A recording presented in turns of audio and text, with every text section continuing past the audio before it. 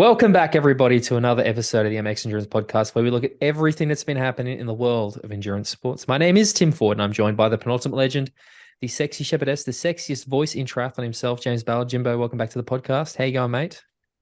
I'm going all right. Well, I'm not, as you can see, as well as those that watch on YouTube can see, our thousands and thousands of viewers on YouTube can see. I'm sat down this week because Millions. I've done something. Yeah, millions. I've done something to my hip. I've damaged my hip quite badly, and I'm suddenly not only am I unable to run, but I'm struggling to walk. I'm walking like my granddad did before he had his hip replacement. So I'm going to see a physio in a couple of days and seeing what they can do about it. How are you, mate? Well, I don't have a sore hip, which is good. So I think I'm doing pretty well, to be honest. I don't know. Yeah. I had a weird day yesterday, and we're all triathletes. I'm assuming I can't imagine there's too many people who don't or have not done the sport of triathlon who are engaging with this podcast. Imagine if there are, that'd be wild. Uh, but I went to the pool yesterday to swim, and I got in the pool and I was like, oh, I'm not feeling great, but whatever. And I got a thousand. I had a 1,400 meter warm up, so I was 1,000 meters into the warm up, and I was like fucked, like struggling to hit the end of the pool. I was like, okay, I'm just a bit tired, whatever. I'm just gonna put a pin in it. I'll come back tomorrow and I'll do the swim. And I thought I've got to run in anyway. I'll do my run. So I get home, have some lunch, and go to do my run later that day. And I was fucked as well. I had to stop and sit down on the side of the fucking like run path for 5 minutes just to like Are get my you shit together. overtrained, my man? I don't think so. Like I really No? I take one day off every week. I had a pretty easy day on Tuesday. So I don't know what it was. It was really odd. And I'm like, oh, Yeah. okay. And I mean, I went back to the pool and I swam well today, which was cool, and did a bike session, which I did pretty Is there well. stress in another part of your Yeah, that's life probably that's bearing down on yeah. you? There's always constantly stress, mate. That's permanent permanent state of existence for me. Yeah, maybe that. I don't know, but it was just an odd thing. I'm like, fuck. And I did do one thing good today that I don't always do, but I took a gel with me to the pool, and I had just a gel sitting at the end of the pool, and I think I got about halfway through the swim, and I was starting to go, "Ooh, I'm a bit." So I took the gel, which I don't often feel during a swim set, but yeah, did that, which was good. So yeah, training. Actually, Back in the game.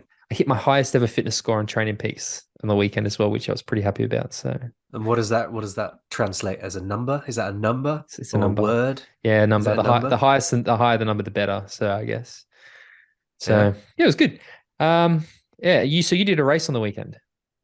Yeah, and that was what tipped me over the edge, I think. I've had this hip flexor ache. I've had an ache in my hip flexor for like 2 weeks now, Hmm. maybe, but nothing too bad. It just hurt more when I was walking than it did when I was running, and I could manage the pain. And it was it felt like it was getting better. And then 21K on Sunday, um, and about 5K from the end, it just sort of really flared up, but managed to finish the run, compartmentalize the pain, and Here we are. then about half an hour after I sat down for about an hour after I'd been running, and then when I tried to stand back up, the my hip just collapsed and I ended up on the floor, and then I fell up and I've fallen up and down stairs a few times. It's like it's this instability, maximum instability. I can't bring it to work properly. So I went to the hospital and now I'm going to go and see a physio. Have you crossed the It felt precipice? good. Have you crossed that precipice of being a younger man to an older man now, and this is the start of the It feels a bit like it. I'm walking, like I said a minute ago, I'm walking like my granddad did before he had his hip replacement. I'm like suddenly just going, hang on a second. This is a I think this is the worst injury pain. We both went through a hamstring tendinopathy pretty much at the same time, didn't we? And that's a very annoying injury, but it hasn't got excruciating pain. It's kind Mhm. of a stealth pain that stops you doing what you should be doing. Whereas this was I couldn't stand up for a bit on Sunday, and then I couldn't walk properly, and I couldn't put any weight down through my heel, and it was like, oh, this is really bad. So I'm gonna figure it out, and I'm meant to be running a 52K ultra in 3 weeks. That ain't happening. You can put That that ain't on the happening. that Is ain't Yeah, happening. I You think we can can, put that one to bed, eh? I remember So I did the Noosa triathlon. Fuck, when, like 2016. So that's ages ago now, right? 7 years ago. Jesus Christ. And the day I went up there, or the day I arrived at there, I got this just random back pain. And I'd never had a problem with my back. but it got so bad at night that I was vomiting. Like the pain was so bad, it was making me vomit and I couldn't sleep. And I just remember being like, this is true. This is true pain. Like if it's so bad that it's Yeah. actually making me vomit, something's not good. Still did the race No. somehow. But yeah, it was good times. Don't we love talking about injuries? Yeah, I mean this is like you say, true pain, because this is I'm actually taking painkillers, and I very rarely have to do that.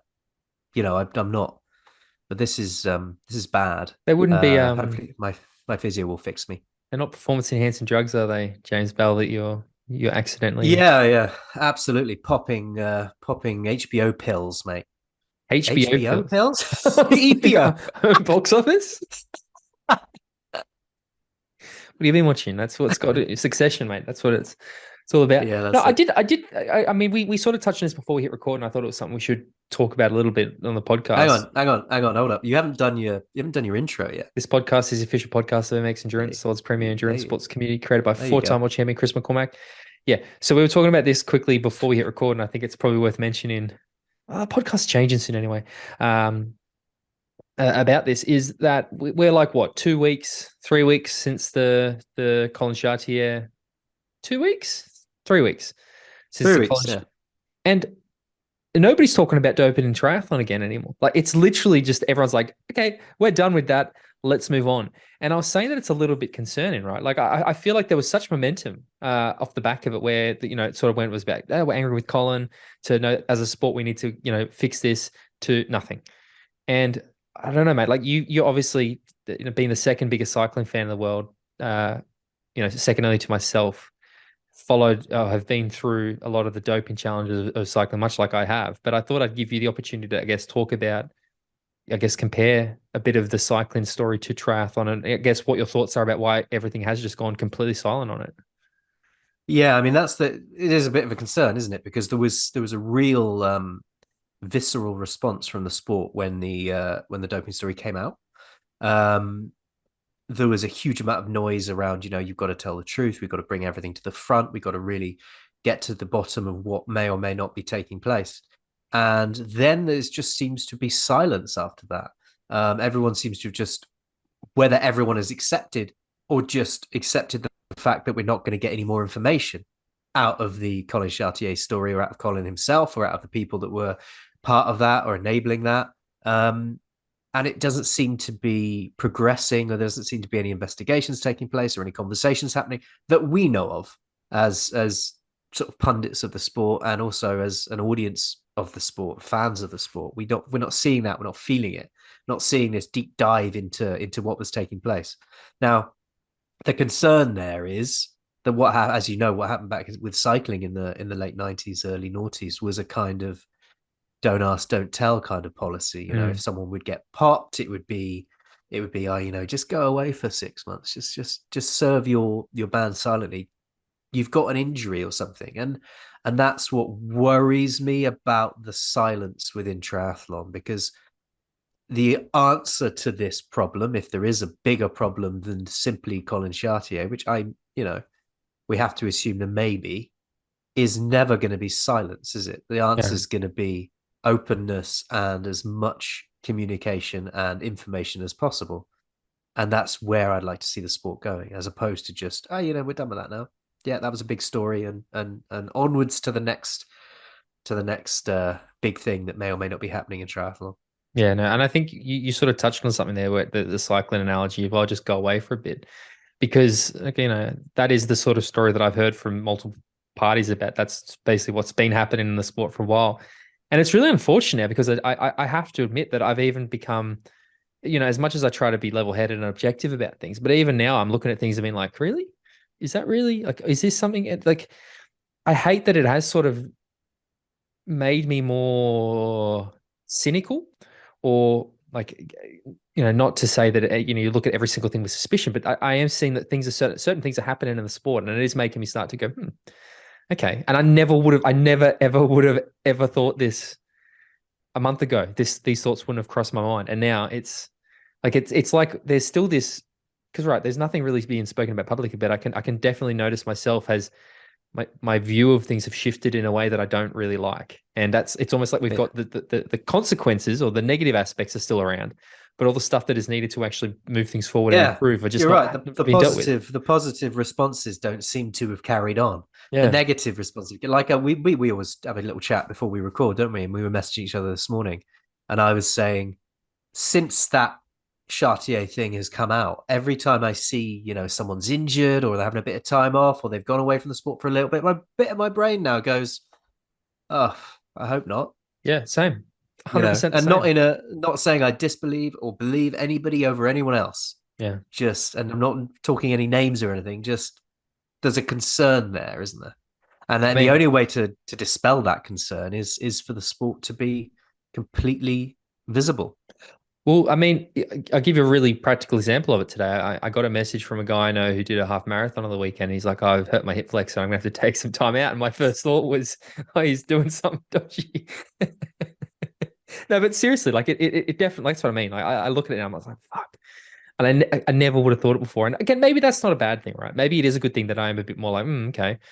But yeah, I don't know. I am concerned that I'm not like, and again, you want to talk about the contrast, right? 2-3 weeks ago, or even a week ago, there was like real journalism happening in the sport, right? Like people, there was great interviews and stuff like this. And then this week I saw a headline which was like, Sam Long's baby was conceived in Snow Canyon, and I'm like, fucking hell! Like this is a contrast in the news cycle. We're like actually getting progressive, and then we're just this, and I'm like, oh, all right, we're back to Yeah, this then.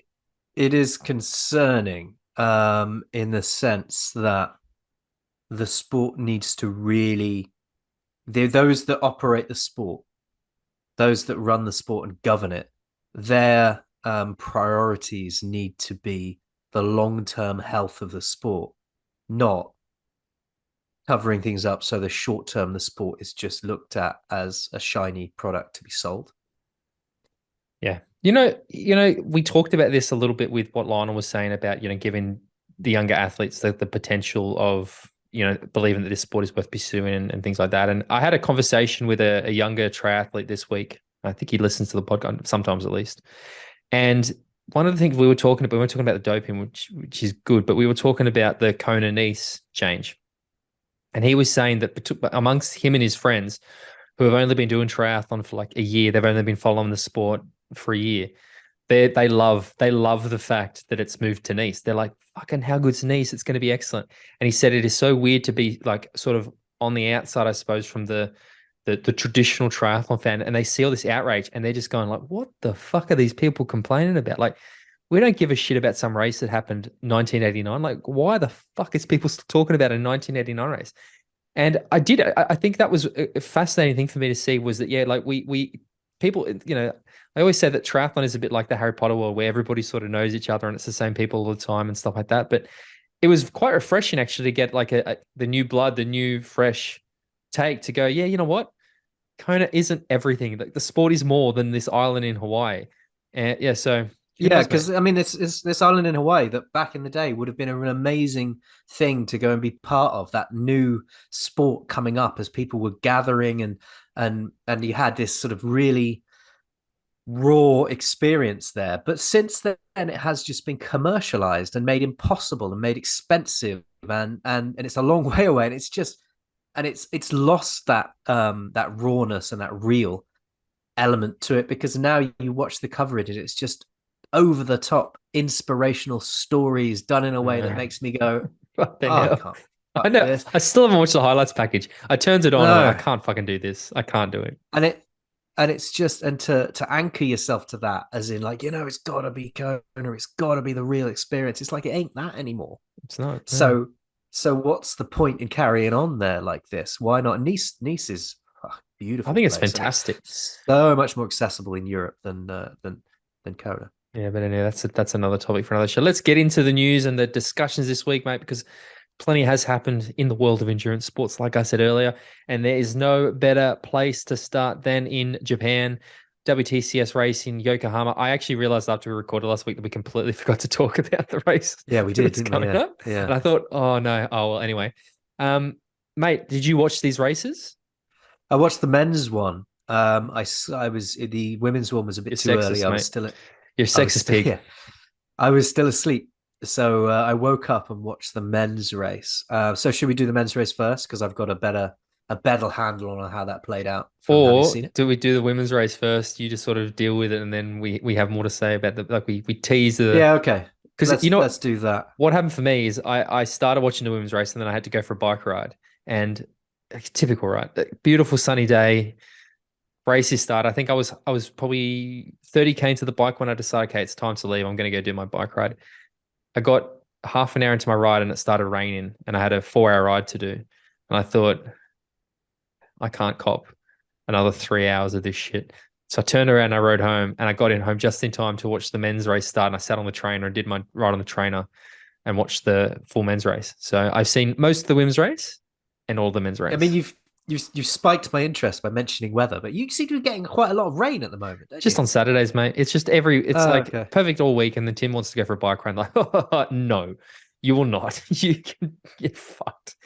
Anyway, let's start with the women's race. WTCS Yokohama. So yeah, Sophie Coldwell won. Tapia Vidal from Mexico came second. Taylor Knibb third. Some interesting notes about the podium, mate. I think this was Sophie Coldwell's first WTCS win, Yep. which First blows my mind. WTCS win from her. And she lined up wearing number 1 as well, which is cool for her. Beat your number. She equaled her number, which is good. Exactly. Tapia Vidal from Mexico was the last time a Mexican was on the top 10 of a WTCS podium was in 2015. Blimey. So second place is unbelievable. And the way she did it, where she ran past Taylor Knibb for the second place was great. And then Taylor Knibb, who started this year, I think she had a surgery on her foot. So she's been on crutches and stuff. And I think I saw a quote with her saying this was one of her first runs that wasn't in water. To do that, unbelievable. And again, we just know how Taylor Knibb is so good. And then you've got, captain consistency. Taylor So Spivey, fourth place. It was Knibb and Rappenpour led out the swim, didn't they? With Coldwell just behind, and then there was a bit of a power. Yeah. Sorry, Maya led out the swim with Summer Rappaport and Knibb just behind, and then there was a bit of a sort of power bike group that Coldwell bridged up to, but on the run, Coldwell attacked early and was pretty much solo throughout the whole of the run. It was very interesting to watch the bike because you had this group and there was, Maya's incredible biker, Sophie incredible biker, Taylor Knibb was in there. And what you were watching it, because we haven't seen Taylor, I think, since 70.3 Worlds last year. She kept dropping off the back. And I thought, and a few times I was like, is she fucked? Like, is she actually just, lost that sharpness? And then she'd find the spot and she'd fucking attack. And it was so fascinating to see the impact that she had on that group of, it's the strongest cyclists in the group, but was so like constantly, where's Taylor? And you'd see Taylor drop off the back and you just knew that one of her attacks was coming. And she failed to drop them. So I don't know whether that is that she is, I mean, Taylor Knibb is an incredible athlete. We know how good a bike rider she is. To see that group managed to sort of neutralize that was good. But I love seeing somebody like that doing these races that isn't just like, and again, because we'll talk about the men's race, which was the complete opposite of this. It was fantastic. And then, like I said, you saw Sophie basically just go off the front and it was, game over. Yeah, absolutely. By halfway, she was 24 seconds to the good off the front of the race. And like you say, I really enjoy the dynamic of the women's racing at the moment because you've got those really strong cyclists who will try and dictate the race in a certain way during the bike leg. But they're never that far off the front because they're good swimmers as well. So we're seeing this attacking group come out of the water relatively close to each other and then attacking on the bike. Whereas in the men's race, in the men's field, we're seeing more of these strong attacking bikers having to make up so much time on the bike that they're not getting the chance to truly attack on the bike leg and build a gap on them. But that's a conversation for a minute. Coldwell at the end said, "Wow, it's like a dream. I can't believe it. I'm not often lost for words, but this is really emotional. I'm a grafter. I try really hard. We had a really good training block in Australia before Abu Dhabi, and it went way better than I expected. So I tried to get the same process into play here. And You're now, welcome. because of the way that her results have been shaping up, she leads the WTS standings. She's in first place with Taylor Spivey in second and Rosa Maria Tapia in third. So Sophie, again, I think she's a phenomenal athlete, one of my favorites in the field. Great to see her get that win. Taylor Spivey though, and then you look at the Americans, right? So we had Taylor Spivey, who has, I think, what did I see? She's podium like 15 times or something, or she's been in the top 5 or something since she didn't get picked for the Tokyo team. She's just like top 5 constantly. So you'd almost have to say she's a certainty to go to Paris, right? Then you got Taylor Knibb. You'd almost also have to say is a certainty. Then you've got Summer Rappaport, he's up there constantly, up there thereabouts. And what I'm sort of leading to is Gwen Jorgensen, one of the greatest to ever do the sport, was actually in Yokohama trying to get a start at the WTCS race. Failed to get a wildcard entry because basically when you go there without a start, you just have to hope that somebody pulls out. Not enough people did, so she didn't get a start. I'll be honest, mate, it's looking pretty grim from my point of view about her getting that start in Paris, because I don't think she's probably going to individual start, and I wouldn't pick her for the relay at the moment when you've got Taylor Knibb and Taylor Spivey. Yeah, and then you've got Katie Severas, who had a good result at the weekend as well, into the mix. So, where'd she race? In Yokohama? No, she raced a World Cup and won. Oh, okay, there you go. So, it's building momentum to be very hard to get into that American women's team again. Plus, couple that with how arbitrary the selection process is, which, even if it wasn't arbitrary in this case, would make it even less likely that she was going to get a spot. Unless we see a huge turnaround of form. I mean, I think one of Tim Hemming's tweets a while ago said, look, she's only just started her sort of lobbying for a place with this comeback. So we've got to give her a chance to see whether there can be a massive turnaround of form. But as things stand, if you were making a decision today, no, she wouldn't get a slot in that place, in that team, would she? Well, this is the point, right? Is that, yeah, there's 100%. I agree with what Tim said. There's plenty of room for improvement. The problem is, though, is that those other girls are improving as well. Like, it's not that they're not standing still. So Gwen has all this room for improvement. And definitely, there's probably a bigger margin of improvement than the others. But it's like those American women are pushing the sport forward at the moment, big time. Like, the Americans and the Brits are so strong in short course racing currently, and it's.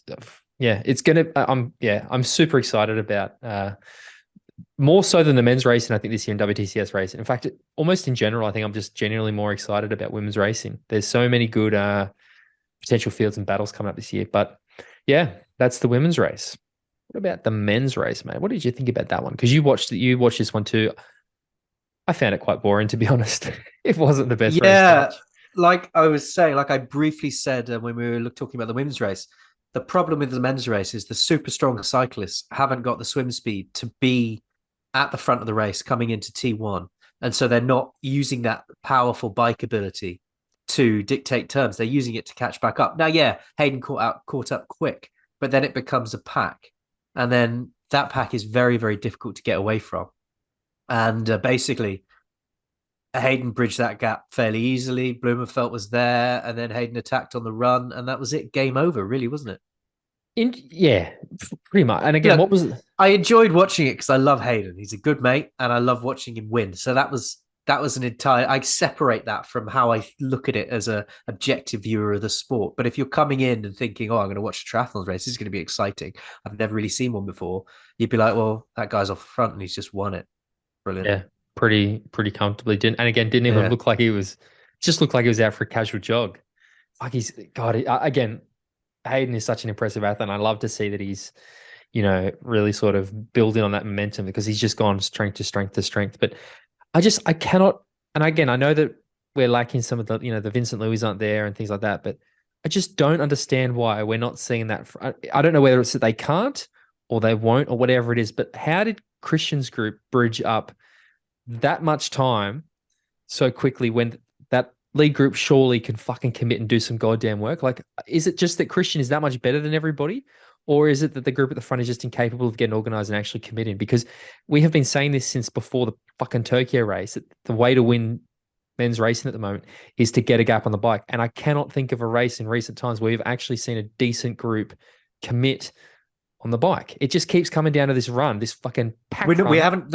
They haven't got that strength. There isn't that strength in the people that are coming out of the water ahead to commit like that or work as a cohesive unit. I don't think, because the bike strength is behind, and the bike strength builds itself back up. I was very impressed with Hayden. I think He made it look easy, mate. obviously, yeah, Blumenfeld didn't have the race that he wanted, but he's got a foot in two worlds at the moment, that man, hasn't he? So he's got to, before he can figure out exactly how that's going to work. I saw Brad Kolb's article this week, and he was talking about Christian, and he said that he thinks that Christian isn't going to be able to win Paris the way that he won Tokyo because he's lost that top end run speed that he had. Is exactly what's happening through my mind at the moment. Is that punishing run? Carry on. I interrupted Yeah, you. keep going. I like what you're saying. Yeah, I feel like with the foot in two camps thing, that the way he won in Tokyo, sorry, the way he just pushed himself to the limit of what someone at the pointy end of short course racing can achieve with that run at the end. I You take 0.02% away from that, and he's not winning that race. Not just And that's not that's what I fear. not looking comfortable either. Like watching Christian on the run because I was extremely curious to see where his run was at. And I'll be honest, to going into it, I thought, well, fuck, if he gets off with Hayden, game over, right? Like, and again, my fault for assuming that the Christian we saw in Paris, we know that he's Paris, Tokyo. We know that he's been away from, long. He did the Ibiza race or whatever, but I've just assumed that this has been fully committed. And it's interesting because we saw that Olav came out earlier and said the goal isn't to win. We don't think that Christian's going to win the WTCS championship this series. It is all about Paris. It's like, yeah, I think maybe this guy knows what he's talking about a bit. But the thought of Christian approaching the Paris race differently, like maybe that is when we're going to see if because Christian's swim was, it wasn't great, but like let's give the guy a bit of time. If he can get that swim up there or thereabouts, or he's able to bridge the gap, then he's got to drop Hayden Wilde, right? And that suddenly becomes a super interesting dynamic because we know how fucking strong Hayden Wilde is on a bike. And maybe there will be some people who are able to be pulled along with it. And then you have this race for the medals out of a group of 5 or 6. Like it could be cool, mate. It really could. I think we're going to see a hell of a race in Paris, and I Yeah. can't wait to see it. And I think that Hayden has taken a step in the right direction here. Um, I wish Alex Yee had been in this race because that would have I been still another think, interesting yeah, dynamic to see. I still But just but think, let's talk. yeah. You think? What do you think? What do you still just think I before still I think I launch into still something think else? I still think that Yee, if he's there and he comes off the bike with Hayden, he's got Hayden's number still. And I have nothing to base that on. It's just, I mean, we've now seen Hayden get, be able to beat Yee, but I still think if we had Yee in that race, he would probably sat on Hayden's shoulder because, and I was saying this to you before, because looking at the race, you assume that Hayden just fucking ran minutes faster than everybody else. But in reality, Hayden didn't even have the fastest run of the day. And I know that he slowed down in the finish shoot and stuff like that to celebrate. But it's like Hayden, Matt Hauser, who came second, who technically only finished 4 seconds behind Hayden, doesn't like that's not the true story of the race, right? But ran faster than him.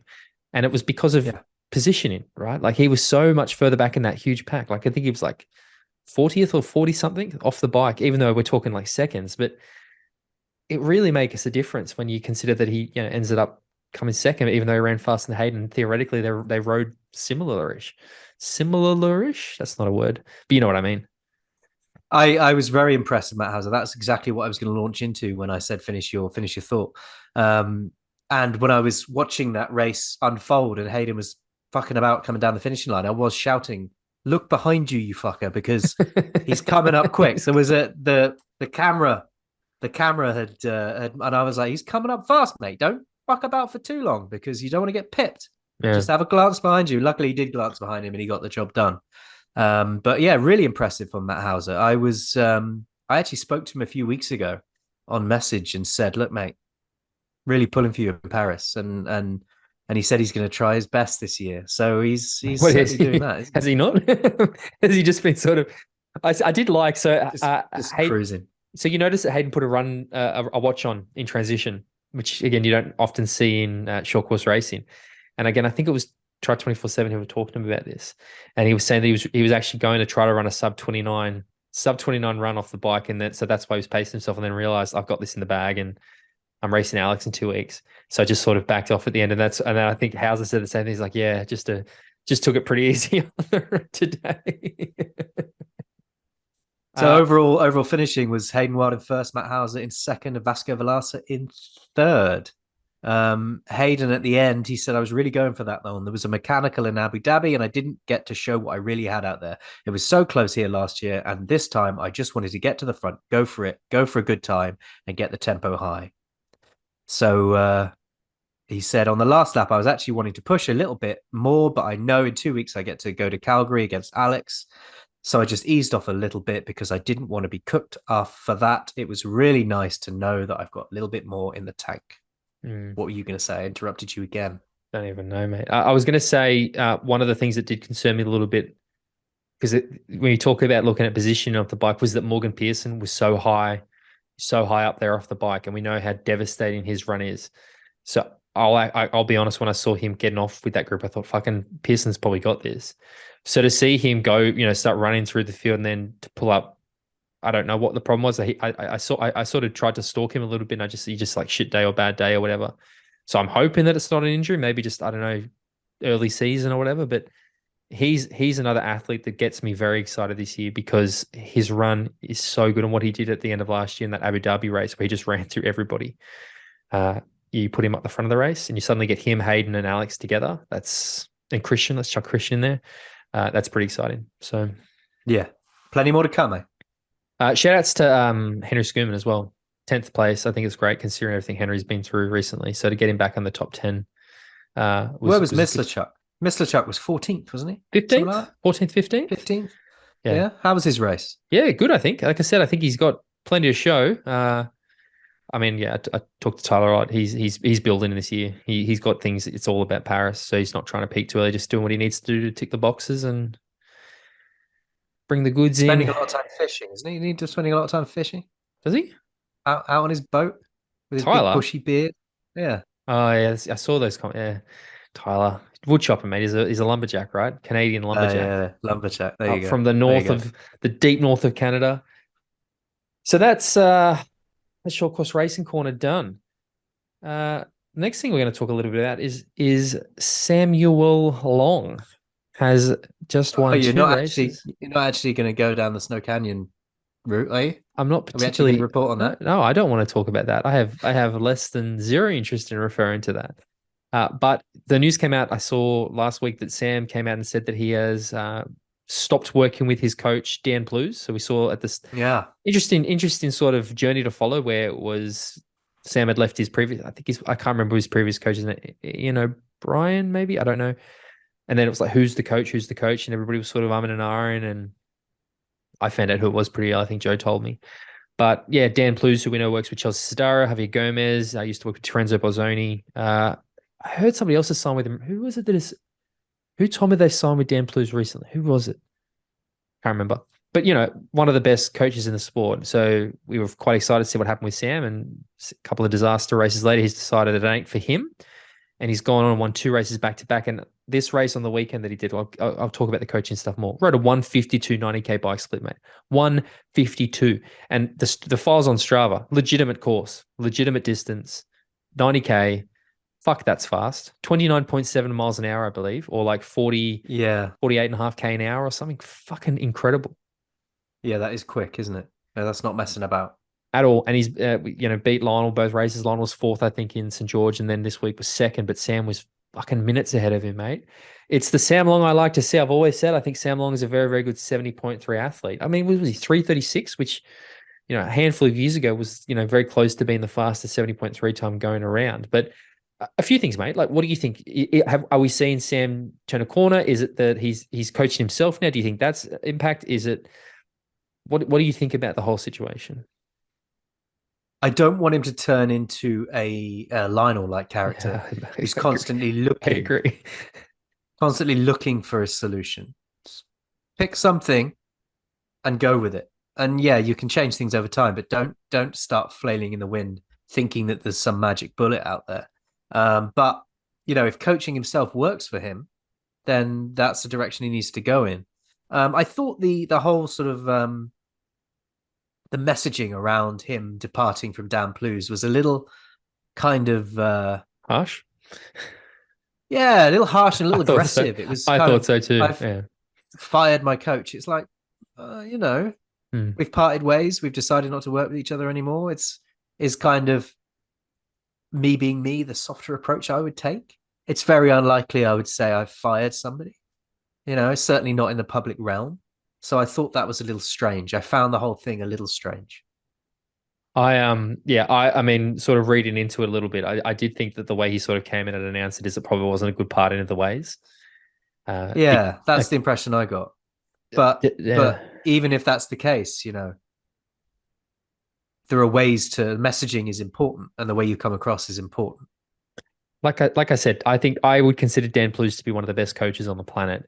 And I think, again, it's because I read Brad's article minutes before we recorded. He made a really good point where he said, there's all this obsession with the Norwegian method or this method or this method. And the reality is that it's individual. You can't take what works for one person and make it work for another. And I mean, I don't know how many times people ask, how did you lose weight, Tim? Tell me what you did to lose weight. I want to do the same thing you've done. Yeah, and I go, I did this, and they're still like, oh, I have to do that. It's like, yeah, like this works for me. What you did, ultimately we did was pick something that worked for you, and you consistently did it over time.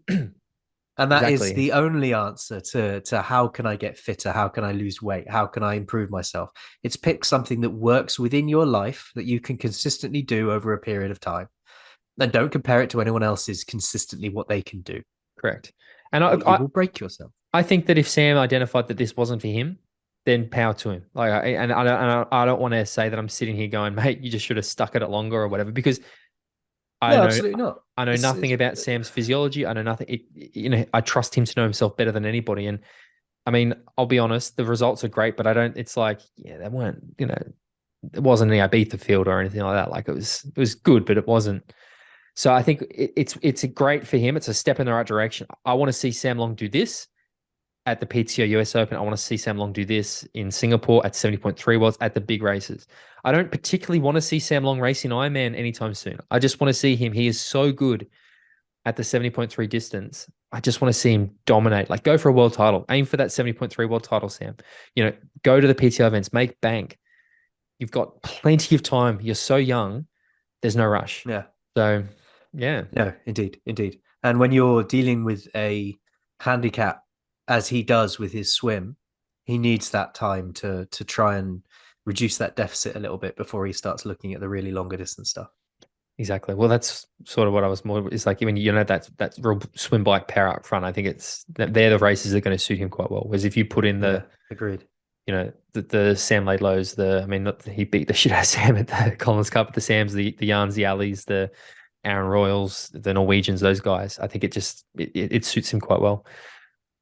So one thing I want to mention before we move on to anything else was just because I'm loving watching his year unfold with Sebastian Kienle and how he was having a banging race and he got a penalty at where was he? France, somewhere in France. Yeah, Frejus or something. Frejus, and it's a real shame because he said his bike legs turned up, but he got a drafting penalty on the bike. And he's put a statement out saying, first of all, congrats to Bart Arnouts. I'm proud to say that I've never cheated another athlete in my whole career, and I did not today. It's not just taking away a potential chance for victory, but also something I'm like 100% against. And then Bart Arnouts came out at the end and said, first of all, Sebi is not known for drafting or even pushing the limits. I was riding behind Sebi and he was riding in second position. The referee came from behind when he was next to me. He already had the card and he had his whistle ready to give Sebi a penalty. So in my opinion, he couldn't judge the distance at all. What the fuck is he doing then? Yeah, it's a real shame, isn't it? And I wanted to mention that because not only am I disappointed because, Sebi's on his golden year where he's having this sort of swan song. The one race where he's having a really, really good bike split and he gets a penalty that it appears from the race winner himself came out of nowhere and was sort of predetermined. You know what's happened here. I can tell you that I know what's happened here. I know what's going on. Tinfoil hat on. Let's get ready. Let's get conspiracy corner. I bet this race referee is like some washed up C-tier pro who thought he was a big deal in the late 2000s. Thought he was like this Uber biker and he's done like he's on his golden year retirement race and his last race, whatever. He's like, I'm going to go out. All that's going to happen today is I'm going to get the fastest bike split. My determination is I'm going to get the fastest bike split. Well, I mean, the rumor is that the race referee in question was Jan Frodeno. With a mustache on. With a mustache on so nobody identified. But yeah, I love the thought that this guy, some young guy called Sebastian Kenny is like, oh, who's this young guy? Never heard of him. And he just absolutely crushes him on the bike. And he's like, I'm going to fucking get my revenge. Doesn't have any interest in becoming a triathlon official. But he's like, I'm so determined. So goes to like night school for a year to get his triathlon official certification and keeps, volunteering for races. And Sebi keeps like, no, I'm not racing, or goes to another race. And this guy's like, fucking Sebastian. And then like the stars line, he's just like, yeah, I'm going to get you. I'm going to fucking get you. And he just pings him for that. Good times. It is a shame. It's a shame because Sebastian Kienle is a great bloke, and he is vehemently anti-cheating, vehemently anti all theme. He's even against the TUE system. He just wants to see fair and fresh racing. Me and him slightly disagree on the TUE perspective, but I fully respect his stance that he takes. It comes from a good place. With this, if other people are saying he wasn't drafting and he's saying he wasn't drafting, and people around him saying he wasn't drafted, it just sounds a bit weird and unnecessary. I mean, we saw it happen last year. We saw enough of it. I think there's, all reports is that race ranger system worked really, really well in Ibiza. No, actually, interesting. I saw they said that there was a few hiccups, like it didn't work for Jan. So Jan's bike didn't work, and they knew that it wouldn't work in the tunnels because it's based on GPS. But I think things like this just demonstrate more and more the need for actual technology. And I said it a lot last year. Like if you've got these referees who are making these really critical decisions, it's based purely on let's be guesstimating because they don't actually know the official like they don't have a fucking ruler out there, right? It's not good enough, and there's no recourse, right? Like you can't, that ruined the event. Like what recourse can Sebastian seek? Nothing. So it's yeah. And even if the race referee was correct, then it bringing it into question casts a shadow over the sport, because the ability to bring it into question, if you know what I mean. Yeah, we need the technology there to put these things out of reach. It is good to see it's been, again, I'm so pro this race ranger thing. I still struggle to see how it's going to get implemented for age group racing, just if there's an additional cost. But I think for the pro racing, I mean, we saw Lionel make his comment about 20% of the prize money going towards out of competition tests and PTO events. I'd like to see something similar, like almost like put up the race licenses for Ironman or Challenge or whatever it is, pro athletes, if it means that race range is going to be available for the pro races. I think that it's almost a requirement at this point. If the technology exists and we know that it works well, let's fucking do it. Everyone I've heard use it says it's great. So let's get Sam Renouf on and pressure him into this. He listens. So now he's like, I'm definitely not coming. They're talking about pressuring me.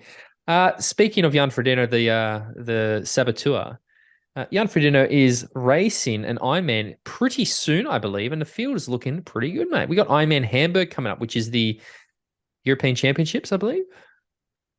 Yeah, absolutely. I mean, it's going to be a hell of a race. I do enjoy these sort of German Ironman events, and Hamburg is going to be very, very good.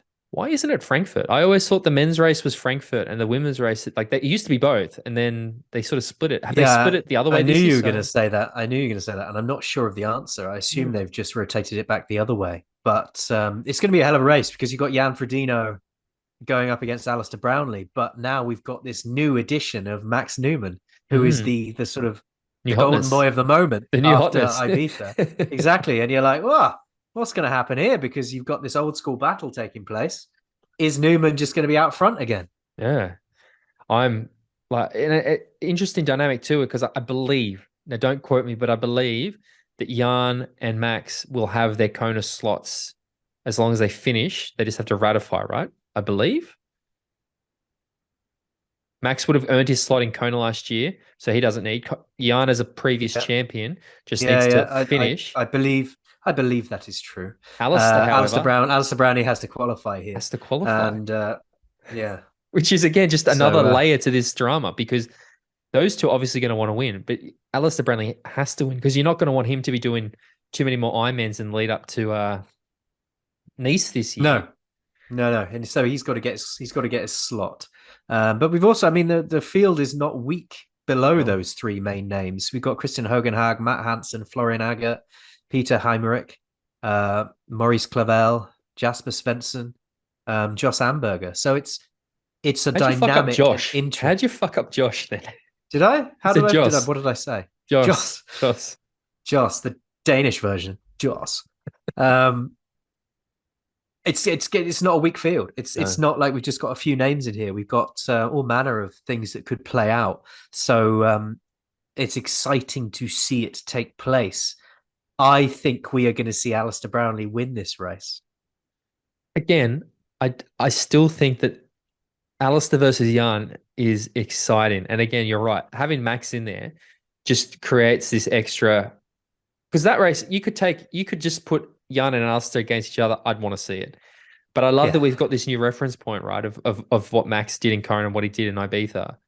It's fucking gonna make it super interesting. It changes everything, because you would assume that normally Jan and Alistair would just check each other. They would race each other. But they're both going to have to be racing each other, because we know neither of them wants to lose the other one. But they're also now going to have an eye on Max. And we saw that Max was able to stick with Alistair. Jan wasn't able to stick with Alistair on Ibiza. So everything's just it's gonna be a very, very interesting race. And I love that yeah. Go on. I mean, Frodo finished 4th in Ibiza. Yeah. Brownlee finished 6th. Yeah. So there was it's a strange race dynamic, because if you don't think about it too much, my head always tells me, Alistair beat Frodeno because he was ahead for so long on the run. But he capitulated so hard on that run. So hard. That he fell two spaces behind Frodeno come the end. Yeah. And it's hard. I have to keep reminding myself that. In my head, we're in a group chat with Tyler on WhatsApp, and he messaged and said, where did Jan finish? And I responded with 6th, just because my brain had completely changed the order between Brownlee and Frodeno. And I keep having to remind myself that Frodeno came 4th. And he worked his way up the field coming off that bike, and I love it. But I think Brownlee will win this race. I fucking love it, because you know who I'm picking. I'm always going to pick him. I know. I can't help myself. I'm an addict. I think the way that Brownlee was running for half of that race, I think he's honing that to stretch it across. And as long as nothing goes pop, I think we're going to see him bounce his way to victory. But for that exact reason is why I'm going to disagree with you, because I think that running really fast 18K is completely different to running a solid fast marathon. And the way Jan ran, Jan wasn't fucking about, mate. And I just feel like Jan could probably run that, a similar-ish effort for a fucking marathon. And we know that Jan is the king of the 240 marathon, right? But I think we're going to see Jan run a faster than 240 marathon this time. He's going to go, I've been working on my run. God, it's exciting. And then who knows? Max could fucking... Do you think his bike's going to come to the party, though? Yeah, definitely. Because it wasn't at the party in Ibiza. But look how... I'm curious about that, right? Because we saw how he rode in Roth last year. He was fucking on the front, on the rev. We know Magnus was saying just how fast Jan was riding. I don't know. Ibiza seemed like an aberration to me. Again, super fanboy here going, but yeah, I don't know. I don't read too much into that, right? I think that we're talking about the greatest of all time who's had one mishit, right? And again, to finish 4th in an all-star field. God, I'm looking forward to it. I could just see it going. I hope it's broadcast. That's one I actually really, really want to watch. So, God, I hope it's broadcast. When is it? They it's soon, right? It's what, July, June? Talk about something, and I'll. They traditionally always do this really. It's always around the same time as Roth, right? Because you either do Roth or you do the Ironman in Germany, and Jan traditionally opts for Ironman in Germany. So I'm guessing that's late June or something. I'm guessing off the top of my head. Have you found it? June 4th. So I'm early. at Hamburg. So it's what's that in 3 weeks? 2 weeks. Yeah. So Get it's fucked. the June 4th, which is 2 weeks. As of this podcast is released, 2 weeks, 2 days. Get fucked. That's so soon. That's so good. Yeah. Amazing. But before that race, we've got Ironman Chattanooga, which is happening on the Sunday, the 22nd of May, which, hang on, it must be Sunday the 21st, because there isn't a Sunday the 22nd of May. 22nd of May is a Monday. That must be a typo. This week. Yeah, so this weekend, but that's a women's only pro field with the likes of Paula Finley, Jenny Metzler, Danielle Lewis, and Sky Munch racing, and Jackie Herring, I believe. Jackie Herring. So, Paula Finley, the defending champion. You think Paula Finley? I'm pulling for Sky. Of course, I'm pulling for Sky. I fucking love Sky. I just, again, I got my one piece of bias, which is always picking Jan Frodeno. So I can't do that 2 in a row. Again, if Paula fires, and I think that she's sort of winding up to it, I think that this will be a race where we see excellent Paula. So I'm expecting Paula to do it. Yeah, I think what Sky had that second place recently. Yep. I think she's full of enthusiasm. Second to I think Jeannie. she'll bounce from that to this, and she will dominate. That's what I want to see. I mean, Jeannie Metzler's another one who we know is such a good runner. We can't sort of count out. So wouldn't be surprised if she's up there too. And then Jackie Heron, excellent athlete. There's another race happening this weekend, mate, and some would lead you to believe that it is in fact a championship race. Although I think we did an episode last year saying who cares about the chip? Does anybody care about the championship? Here we are 12 months later, and I forgot this was happening. Yeah, call something a championship. Does it make it a championship? Not in this situation. This is a championship podcast, isn't it? This is the championship podcast. This is the number one championship podcast. You can say whatever you like, right? As long as it's like the alleged championship or the alleged. Some would in some circles it is considered. Those circles are nobody knows. Yeah, so the Challenge Championship is happening this week in the most exciting triathlon venue on the planet, Shamaran. What's it called? Bionic Sphere. You've been there. How good is it as a venue? Yeah, I mean, it's certainly very, very well equipped as a venue. It's so British. It's you ask Australian, that's fucking shit out. You're like, oh, it's very well equipped. It's all right. It's not in the best location. It's difficult to get to. You're not going to get a huge amount of people there watching it on the ground because of its location. But it's like a purpose-built sports environment, but it's well outside of a town or a city. So you're not going to get, I would rather see something like I'd rather see like they did in Ibiza, where you're racing through a condensed, highly populated area where people are going to come out and cheer, and you're going to build an atmosphere. But you're not going to get that here. But it is for the athletes and for their entourage or whatever, it's a well-equipped place to race a race. I just don't think it's a very good place, very easy place to make it look particularly exciting. You've got to give them credit, right? Because they've been doing this race for 6 years or something at this point. And they've committed, because you'd assume at some point they're like, yeah, we probably need to move our championship to a different venue because it's just not quite cutting it.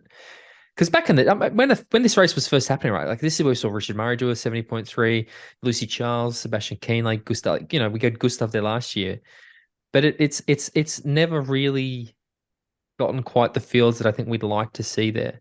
So I don't know, but they keep doing it. They just keep doing it. They do something. Yeah, talking about the fields, what we've got: Aaron Royal, Frederick Flunk. You're on fire today, mate.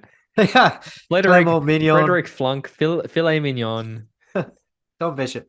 I've got a bit of a cold, and it's limiting my Tom Bishop, David McNamee, and on the women's side, Marjolaine Pierre, Fenella Langridge, India Lee, Lucy Birham, Grace Steck, Amelia Watkinson, and Rebecca Clark. So there are some names in there. It's going to be an interesting race on both sides. I have a feeling that Clément Mignon is going to do particularly well on the men's side. I'd be interested to see how David McNamee goes. We haven't really heard a huge amount from him. What did he finish in Ibiza? He was not bad in Ibiza. Is that right? Top 10th? No. Yeah, 10th? He was up there, wasn't he? But it wasn't enough to trouble the scorers particularly. On the women's side, I'll be keeping my eye on India Lee. I think she's one to watch. Amelia Watkinson, mate. All about Amelia. Full disclosure, I represent Amelia, so I may be a little bit biased. I think Marjolaine Pierre is going to be pretty hard to beat, to be honest. She is such a good runner, and we didn't see her in that PTO race, but we've seen her have a number of really impressive results last year. You're 100% correct. India Lee can never ever count her out. I mean, Fenella has gone from strength to strength. Even Rebecca Clark, we know that Rebecca and Fenella are probably going to swim right at the front. They're extremely good swimmers. Amelia's an incredible biker. India's an incredible biker. India Lee's not a bad shout, to be honest. India, Amelia, I could see any of them winning. The men's race, however, I'm going to go Aaron Royal. I really think we're going to see Aaron Royal. He's always up there or thereabouts. Super swimmer. And I know that Clément Mignon won the ITU long distance worlds, but I still just think that he's probably just a little bit off. I guess the top end to be where you need to be at a race when you've got the likes of Yeah, Aaron Roll, Frederick Funk. Tom Bishop. What do you think about Tom Bishop at the moment? I'd love to get, as a proud Brit, because again, we've spoken a lot about how impressed we were with what Tom Bishop tried to do in the lead up to Tokyo. He's committed fully to long course now. We've seen him have a number of impressive results. It seems to be doing every second fucking race at the moment. Yeah, I think he's taking the view that, race as much as possible to get his eye in kind of thing. And it's good to see it. I mean, if he's honing his craft by just racing over and over again, then that's an interesting way to go about it. And hopefully it will lead to good things for him. When you say, what do I think about him? I haven't much up until this point, really. Mm-hmm. For me, he's not an athlete I thought about a huge amount until he started racing the longer course stuff for his own aspirations. And it's interesting to see how it's going to transpire for him. Yeah, I agree. Look, there's plenty of interest. I really like Dave McNamee. I think he's just the sport needs more Dave McNamees. Agreed. I have a Scottish mate, and in Kona last year when I was with Dave at the after party, I got him to like heckle him about not coming to Kona because he had kids now. And Dave just like rips into him. He's like, kids are special, mate, but it's Hawaii. Like, why aren't you here? Fucking hell, I love it. He's a good guy. So I always want to see Dave McNamee do well. Now, you also mentioned this because I saw Dave McNamee came out talking about the Brits' hopes in Nice this year. And one of the names that he spoke about was a Mr. Joseph Skipper. Is this the thing you were going to bring up, or is that a different thing? Have I just completely... No, you're good. I just talking about earlier on. I mentioned that Skipper put a statement out about Ibiza and how he's going to be looking towards Challenge Roth to sort of, in his words, got to make amends. Really, he said it's taking him a while to post anything from this weekend's race. As honestly, I was so disappointed with my race. It was probably one of the worst races I've had. He then summarized what happened to him throughout the race and how waiting for GB was a great privilege, and he didn't want to be someone that took an entry for the race from another athlete that would have at least finished. So that's why he finished. It was an embarrassing performance. I really felt like I let a lot of people down. Sport definitely feels like a roller coaster, and you get some amazing highs when you win a race and you get the new personal best or a breakthrough performance. If it was easy and it happened every time you raced, it wouldn't mean as much. This was definitely one of the lows, and I actually booked a flight home the night of the race as I was that disappointed with how it went. My training had been going really well, and I was going into the race with the expectations of a decent result. I guess if I had to pick a positive for the race, it would be at least this proves I wasn't doping. I on a completely separate note, I don't know if you saw, but the 100-kilometer record was absolutely obliterated this week. And I can't remember the name of that. It's extremely disrespectful. I can't remember. In fact, I'll find it. But I know that Joe really wants to try running 100K. And this guy ran the 100. Guess what his average pace was for 100 kilometers? Okay. You're running 100 kilometers. You're breaking the record. Your average pace. Come on. 4:30 per K. Mate, his name is Alexander Sorokin. He did it in 6 hours, 5 minutes, 35 seconds, an average of 3:39 per kilometer for 100 kilometers. What the fuck? What the fuck? And I said that to Joe, and Joe's like, I want to have a crack at that. Fucking mad. Remember when Lionel inquired about you doing the what's the race that you the really hard tri race in America, and they're just like, no mate, you'll die. Yeah. Western States. Western States, yeah. Joe's like, yeah, I'll have a crack at 100K at 3:39 per kilometer. It's I fucking run madness. I run my minute intervals at 3:30. I do fast kilometers at 3:30, like he repeats, and he did it. Yeah. I could run a kilometer at 3:30, and I'm fucked. But 100, 100 of them. It's fucking madness. When I'm running like that, I feel like I'm shifting. Do you know what I mean? I'm like, I'm pushing. I'm not anywhere near a comfortable running limit. That's insane. Yeah, absolutely. And again, Joe, literally, I sent that to Joe, and Joe's like, I want to have a crack at that. I'm like, you fucking madman. Oh, that's crazy. Yeah. Well, more to come from Joe Skipper, and he is racing Roth, apparently. He is. Oh, yeah. There's some stuff coming out about Joe and Roth, I think, in the next few weeks, which is pretty good. So that's going. He's got some goals. Joe has some goals in Roth, which I'm excited to see. So knock those goals down, Joe. The last little thing I just wanted to touch on really briefly, I don't have a heap to say about it, but was Alistair Brownlee made his Xterra debut on the weekend Yeah. and won the thing. And it looks like he's now secured a spot for the Xterra World Championships. I saw, was it Tim Hammond or Tried 24/7 said basically that we could see Alistair Brownlee race 3 World Championships this year. He could race 70.3 Worlds, Xterra Worlds, and Ironman Worlds. That'd be pretty cool. It would be pretty cool. And I love an Xterra race. I've never done one, but I love watching them. And so the fact that he achieved that is great. And onwards to winning in Hamburg in a few weeks. James, we're done. We got through it. If people want to find out more, all that stuff, what do they need to do? If you want to find out more about MX Endurance, head to mxendurance.com or search MX Endurance on Facebook or at MX Endurance on Twitter or Instagram. If you want to follow me, I'm at bale.james85 on Instagram. We can follow Tim at tford14 on Instagram. Jump onto iTunes, give the show a review. You can do it in the podcast app. It's really helpful and we could do with it. We haven't had a review for ages. If you like me doing, tell a friend to help us grow. Got any suggestions, comments, or criticisms, then message Tim Ford. It's funny. I set up that Talking Triathlon Instagram account and I forgot about it. And this week it just started to get all these new followers. And I was like, holy shit, what the hell's what's going on here? I was like, oh, that's right. I think we spoke about it at the end of the last episode. So jump over there if you guys get ready. Get ready for the TT podcast or Talking Triathlon will be coming soon. But Jimbo, a pleasure as always. Thanks, mate. Talk to you later. Cheerio.